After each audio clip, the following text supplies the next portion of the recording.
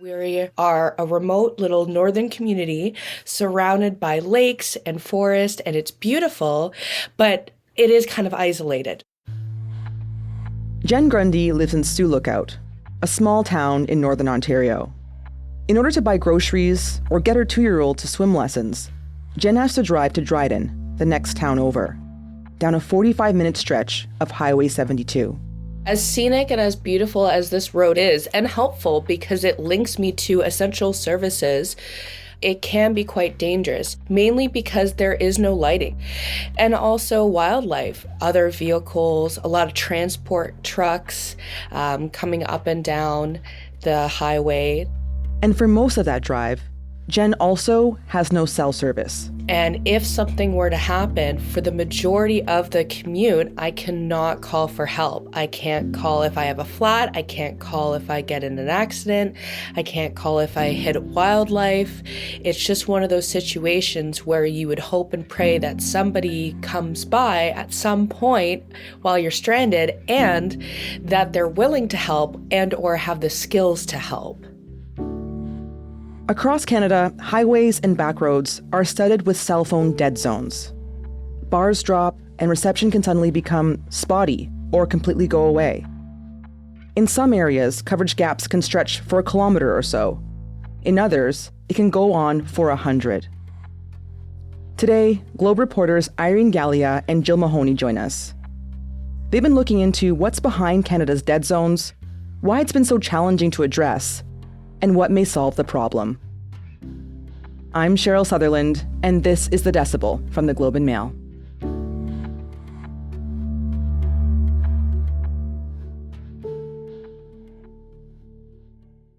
Jill, Irene, thank you so much for coming on the show. It's great to be here. Thank you so much for having us. So Jill, what is the picture across the country like when it comes to dead zones? So one thing that Irene and I found is that there's a real dichotomy here. Canadians have coverage for their cell phones in their houses. Almost everybody, 99.5% of Canadians have coverage at home and at work. So we pretty much have universal service. But where this really breaks down is on our roads. Our major roads across the country have huge gaps in service.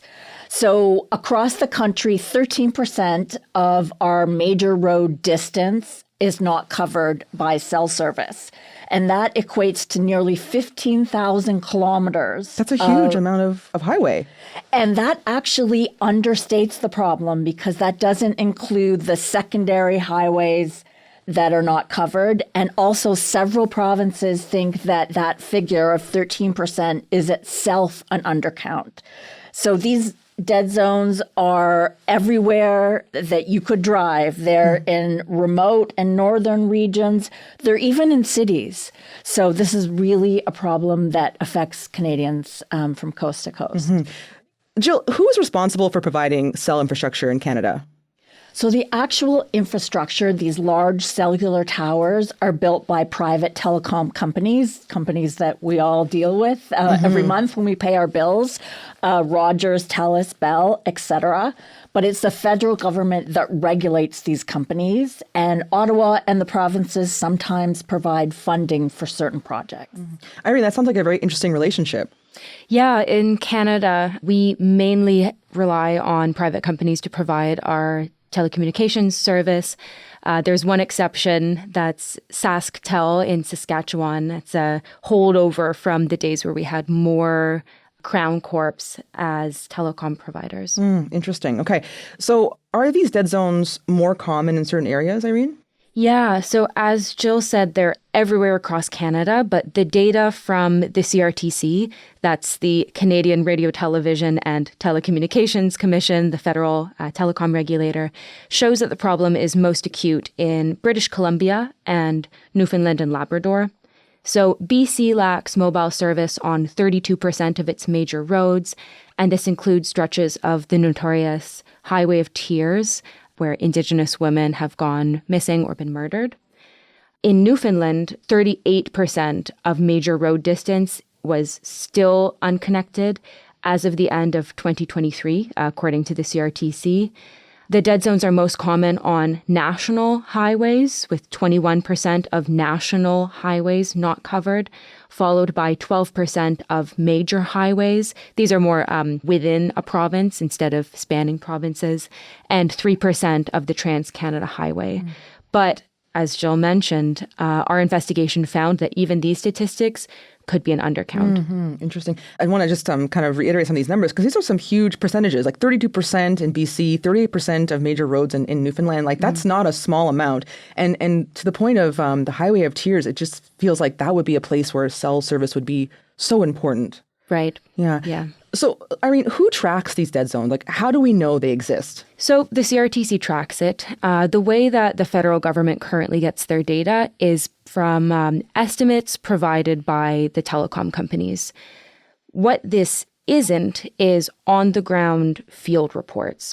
So 4 provinces, BC, PEI, New Brunswick, and Nova Scotia, they've all said, we've heard from our residents that the federal data doesn't really align with their experience.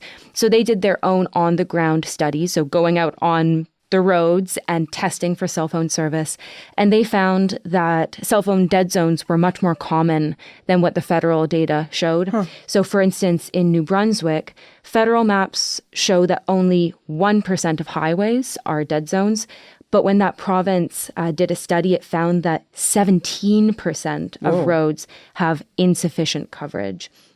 And the New Brunswick Finance Minister, Irene Galea, told us that there's a lot of frustration caused by this discrepancy, and he encounters gaps himself while driving in both rural and urban areas in the province.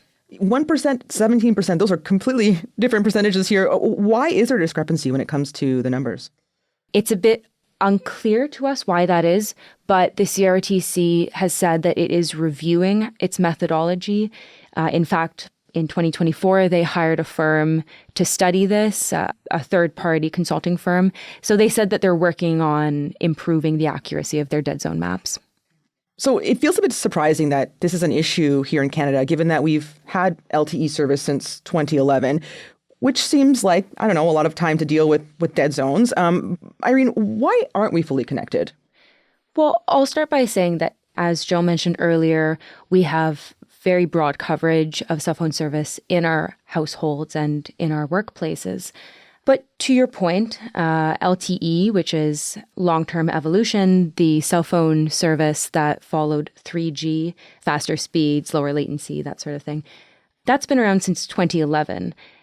In the first 6 years after LTE was developed, Canadian cell phone companies expanded service quite quickly across Canada, basically up to the 86% of coverage that we see today. But since 2017, that number has stalled. First of all, because those areas that have yet to be covered are the most difficult to cover. So cell phone dead zones exist in large part because of cost. These areas are sparsely populated. They're very far-flung. They're rural. So the population density economics just doesn't really work for telecom companies. In their view, there isn't a strong business case to be made for building in these areas. So often they rely on government subsidies to build them out. I'd also like to add that there are regulatory bottlenecks that really come to play in this. Approvals for telecom and spectrum are a federal responsibility, but on the land use and permitting side, that is a provincial and sometimes even municipal responsibility. So it's a really complicated issue with a lot of interconnected factors, and it's hugely expensive. We'll be right back.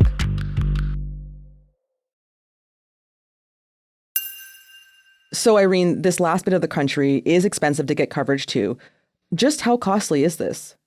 In recent years, the cost to build has really increased. So we saw several instances where companies had accepted government funding to build out in different parts of the country, and they saw those costs grow exponentially. 2 cases stood out to us. So earlier this year, Bell Canada pulled out of a 4-year plan to bring internet to the north coast of Labrador. This was mainly an internet project, but it would have had ancillary cell phone service as a result. Several years ago, the federal government had committed $32 million to this project over a series of investments. But Bell said that the project had ballooned from an original estimate of $25 million to $110 million. So this means that the amount that they would be paying made the project unviable. Notably, they said that they are still providing service to the area. They told us that in a statement. In July, the BC government said that Rogers had backed out of a plan to bring new cell towers to a stretch of highway in BC between the towns of Hope and Carameos. The costs for that project had initially expected to be about $9.7 million, but those costs, Rogers said, had jumped to over $70 million. So at that point, the companies are finding that they're not able to span that gap.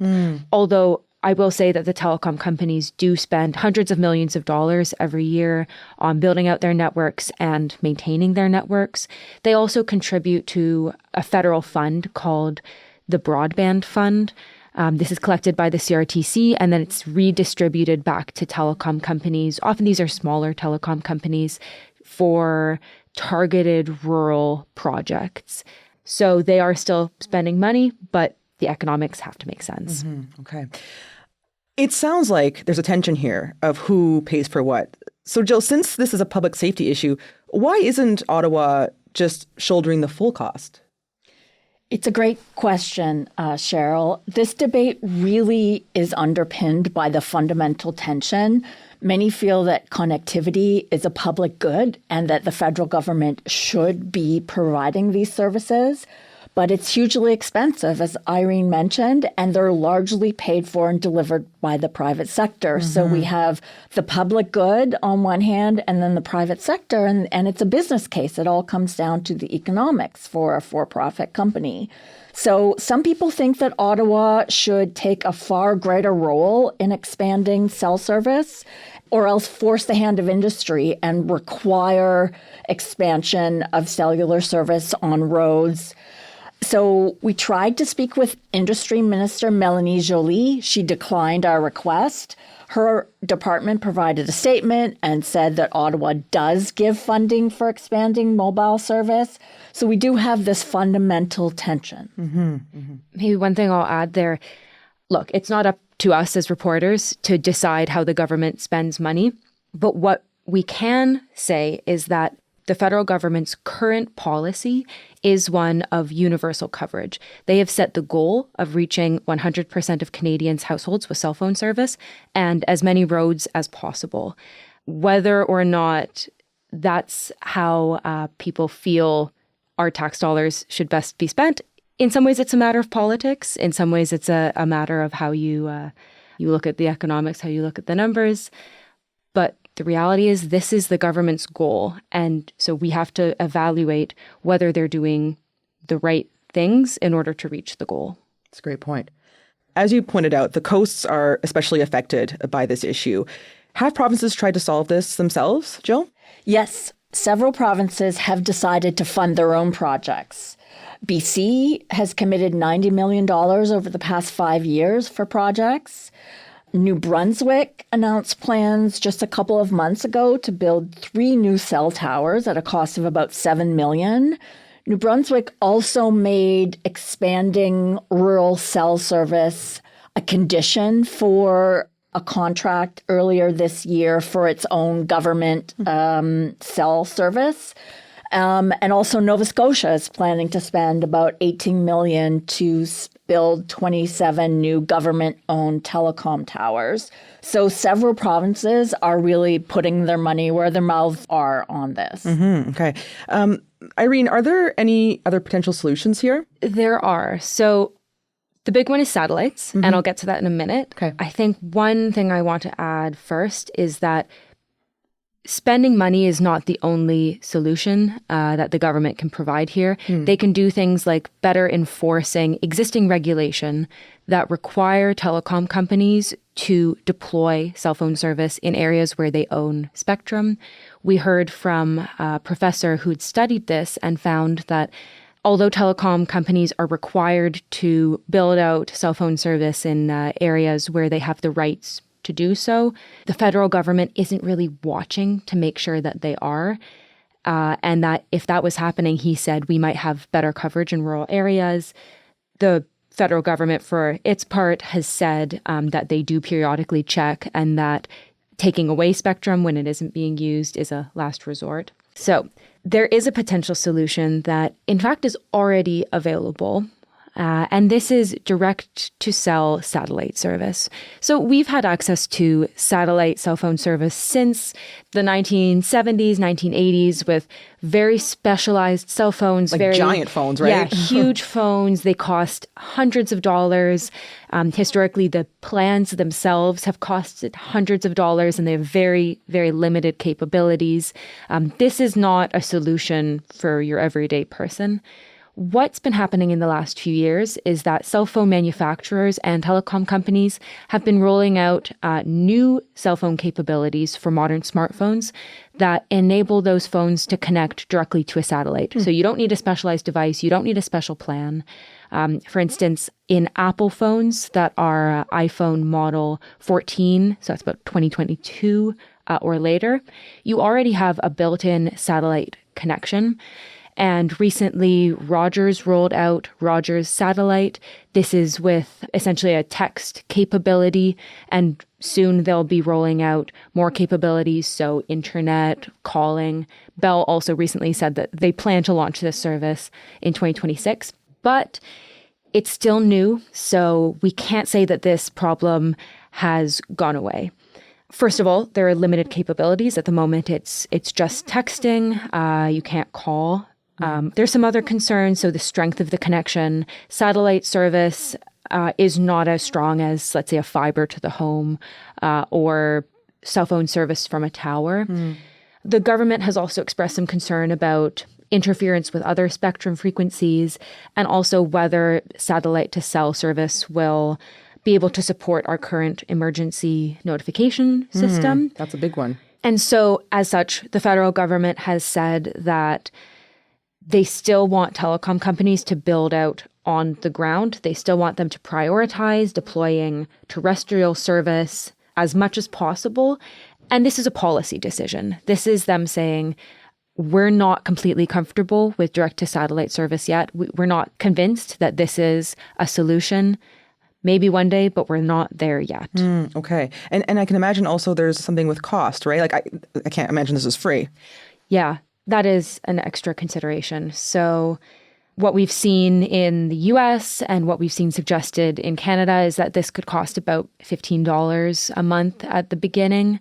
On top of what you're paying, I'm assuming. On top of what you're paying. Okay. That could change over time. In some plans offered by Rogers, what they've said is if you have a higher tier plan, then you'll have access to this feature for free, for instance. But you'll have to pay $15 a month if you have one of the lower tier plans. That's what they've said to date, at least. But it's still $200 a year. So that is a cost, and we can't ignore that. Especially, in a country where our bills are already so high when it comes to cell phones. So that would be, $15 a month is not nothing. Yeah. So Jill, in the meantime, do Canadians in these areas, do they just need to deal with what's going on? Like, how are people like Jen making this work? Yeah, Cheryl. So there isn't much that people can do. I mean, other than exploring satellite, as Irene mentioned, that's an option. But otherwise, we've just heard that people are planning their lives around it. They're putting emergency supplies in their trunk. There just really isn't much that an individual can do to solve this problem. Irene, you've heard from a lot of people on this issue. What have you heard? Well, one thing that became very clear to us while writing this story is that it's it's not just about emergencies, it's about people's everyday lives. Coverage gaps affect countless individuals every day, whether those are lost tourists, stranded drivers facing mechanical breakdowns, victims of car accidents. And it also affects people in emergencies, natural disasters, fleeing forest fires. It affects how people receive emergency alerts. And these dead zones cover not just major roads and highways, but also some of our biggest trade corridors. They stretch for hundreds of kilometers at a time on the Trans-Canada Highway. One family that we heard from in particular was the family of a young man named Avery Dixon. In 2021, when he was 23, he was driving on a road near his house in southwestern New Brunswick, and he crashed. And unfortunately, he died. His body was found a day later, and it was discovered that that area was a dead zone. Now, ultimately, we don't know for sure what impact the dead zone had on his death. But what we do know is that his mother, Claudette McLean, and his family will always wonder whether things could have been different if they'd been able to reach him. And they've tried for the last 4 years to have that area covered. As of right now, that stretch of road still is a dead zone. Wow, yeah. I mean, that just goes to show just how varied it can be when it comes to what can happen in these dead zones, right? Like from not knowing whether the dead zone was a part of someone's death or just every day, like trying to drive, going to a store and being worried about breaking down. Jill, any stories stick out to you? Yeah, so since our piece has been published, Irene and I have gotten dozens of emails from Canadians across the country sharing very personal stories that have something in common, which is that the road I take to work, the road I take to get groceries every week, doesn't have service. It looks like it should on the map that's provided by the regulator in Canada. But when I drive, these 5 kilometers or 50 kilometers, I can't reach anybody. If I were to break down, I would be completely stranded. So this is a problem that affects Canadians from coast to coast. Irene, Jill, thank you so much for being on the show. It was great to be here. Thank you.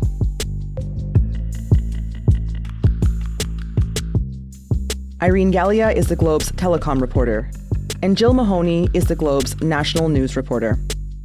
That's it for today. I'm Cheryl Sutherland. Our producers are Madeline White, Michal Stein, and Ali Graham.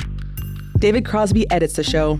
Adrian Chung is our senior producer, and Angela Pacenza is our executive editor. Thanks so much for listening, and I'll talk to you soon.